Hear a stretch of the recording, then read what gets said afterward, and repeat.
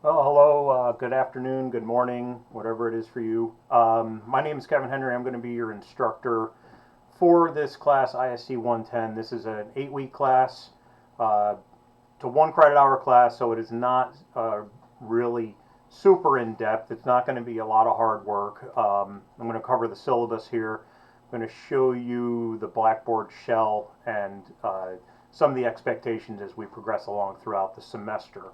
So, let me minimize that a little bit. So as we see over here, this is what it's going to look like when you come into your online class if you've never taken an online class, so I'll be able to walk you through that.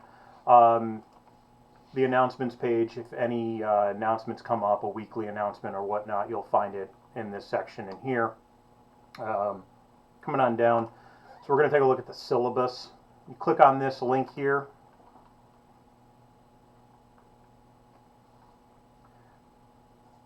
and it's going to open up the syllabus for this class. This is a live document, so if there are any changes that I have to make, they'll be updated instantaneously for you. Once again, we see it's an online class, 1 credit hour. Moving on down. So this is my information. I am located in Lafayette Hall 137. If you come into Lafayette Hall and walk down the long hallway, you'll see the machine shop on the right. You come on into there, and somebody in there will be in the office normally.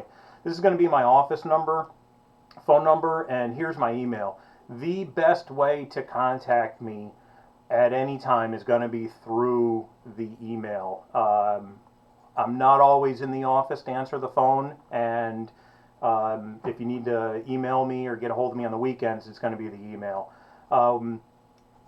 I should be in the office or at least in the shop during these office hour times. If not, somebody will be in here and they'll be able to put you in contact with me.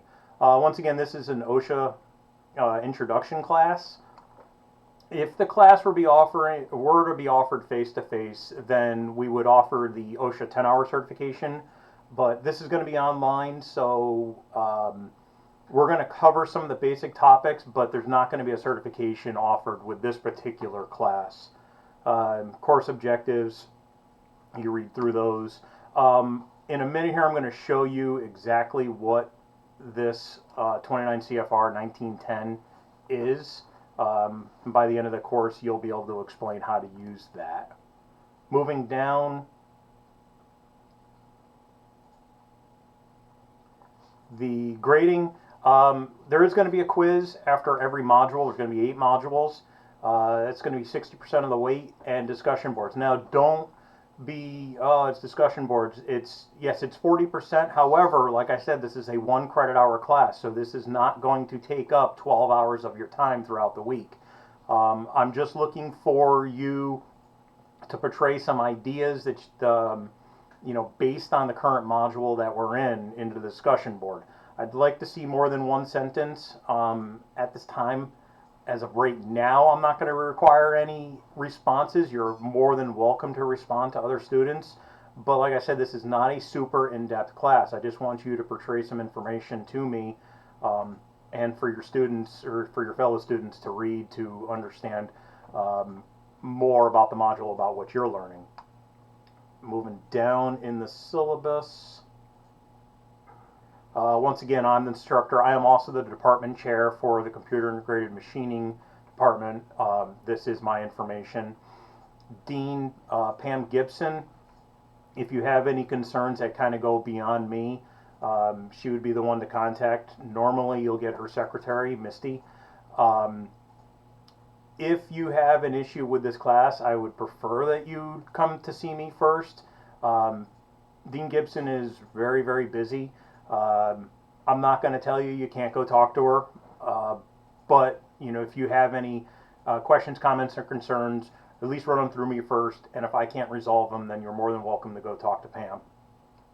And moving down to the last section of your syllabus, the outline of instruction. You'll see that we have 8 modules. These are going to be the topics that we're covering, discussions and quizzes, and the due dates. Due dates are going to be every Monday at 11:59 p.m. With the exception of Module 2 September 5th. That's actually a Tuesday. That's the day after Labor Day. So there's not going to be anything due on Labor Day. We're going to have it due Tuesday at 11:59 p.m. It would be beneficial for you to get the work done as soon as you can, so that way you have the weekends to work on your other stuff or just have your own free time. But you will have a week to do these assignments. Just because it's online, it's going to be primarily PowerPoint. I'll try to narrate them, and if not, you'll just see the PowerPoint, you read through it, and take the quiz. Trust me, it's not going to be super difficult. I don't make my classes difficult. I don't want to make them difficult. I'm not here to fail anybody. My purpose is to make sure that you succeed at your particular goals here at the college. So if you have any concerns or questions about any of this stuff, you can always contact me through the email or stop by the office, like I said. So going back into the Blackboard shell, let me scroll down, instructor information, that's me.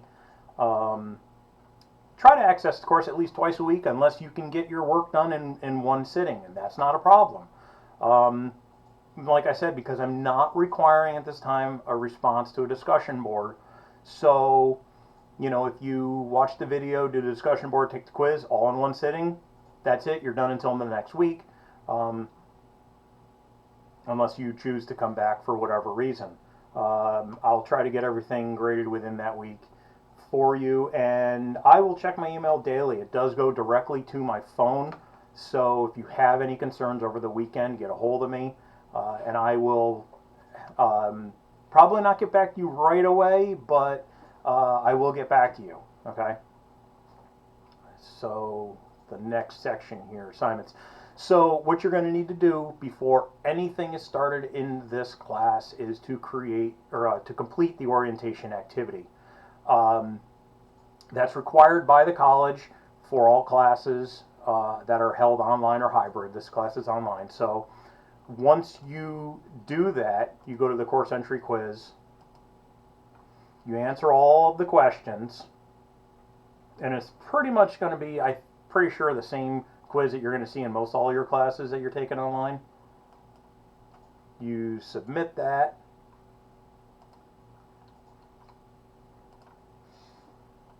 And after you submit it, you will see Module 1 come up. Okay, so that's the Introduction to OSHA class. I got the assignment summary. Watch this video here, Introduction to OSHA. It is a 2-minute video, so it's not super big. After you do that, you can hit the Mark Reviewed button, and you now will see the resources for this particular module. So now you'll be able to look at some of those things. I'm going to cover those when we get into Module 1, when you watch the video for Module 1. After you do that, you go through all of that stuff, you do Mark Reviewed, and then you can take your Module 1 quiz. You will also see down here the Module 1 discussion board. I'll be given the prompt in the presentations. Also, you'll see them right here. You go in there and then start your discussion board question. Let me scroll up a little bit here. So what you're going to be seeing, so I just clicked on this link, the 29 CFR 1910. This is federal regulations. 29 is the Department of Labor, and 1910 is the regulations for general industry, which I have the book. I have a hard copy of the book right here. I'm not making you purchase it because it is 100% online, but if you decide to purchase this book, I think it's somewhere around $50 or $60, and there's kind of no need for that if you can get it online, or we see over here. As we go through each module, you will see different times where it gives a citation for the 29 CFR 1910. That's here, so if you wanted to read more on those particular regulations, you can come on in here and read through. Like I said, I'm not covering anywhere near everything that's in this book. I'm just absolute basics, bare minimum. One of the things that you will see in this class is a lot of it's common sense. I understand that. But hopefully the goal of us covering this information is you get a better idea of general safety practices within your manufacturing facility, or if you're not working in one, if you eventually decide to go to work in one. And some of these things you can actually apply to your home hobbies or whatnot. So like I said, that's just a real quick overview of what my expectations are. If you have any questions, like I said, don't hesitate to email me. Email, like I said, is the best route to get a hold of me. So until then, we'll see you on the next recording.